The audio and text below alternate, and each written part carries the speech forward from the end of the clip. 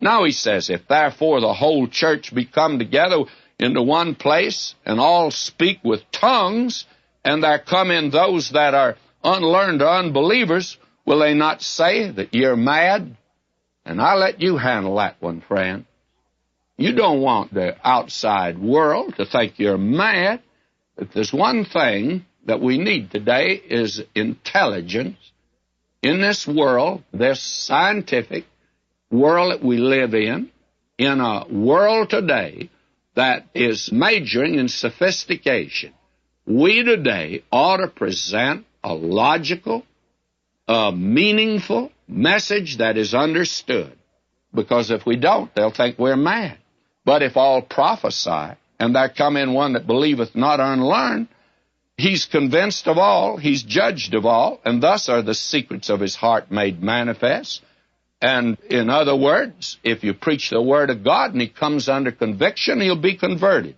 Now, verse 26, how is it then, brethren, when you come together, every one of you hath a psalm, hath a doctrine, hath a tongue, hath a revelation, hath an interpretation, let all things be done unto edify. Now, if you're going to have a tongue, let's have it make sense. Let an interpreter be there, and let it be something that makes sense. A friend of mine, I say he was a friend of mine, he was actually a student of mine. He told me about going to a tongues meeting, and he had been a Roman Catholic, and he knew certain of the ritual in Latin, and he gave part of the Mass in Latin, and sat down, and another man rose up, he said, I want to interpret. He interpreted. He went on to say this, that, and the other thing. And so this fellow got up, and he says, I just want you to know that that's not what I said.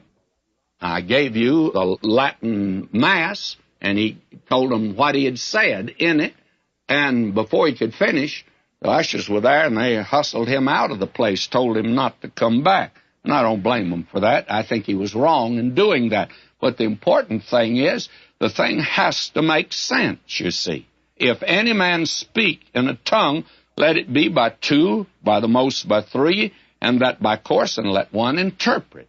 Now, if a man wants to speak in tongues today, because he's going to say up here, forbid not to speak in tongues, and I'm not going to forbid if you want to do it. But you make sure an interpreter's there, and make sure the thing makes sense. If it's just a lot of lollipop, then I want to say that it's no good. That's not the way the Spirit of God moves. He makes sense.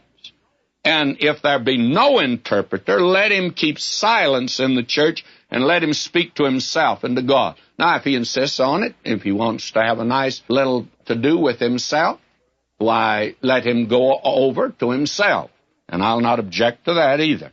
Let the prophets speak two or three, and let the other judge. If anything be revealed to another that sitteth by, let the first hold his peace. Now, evidently, there were prophets in the church in that day that could speak prophecies. The daughters of Agabus, there were others. Well, we don't have them about today. Even the weatherman doesn't do very well in our area about predicting the weather for the future.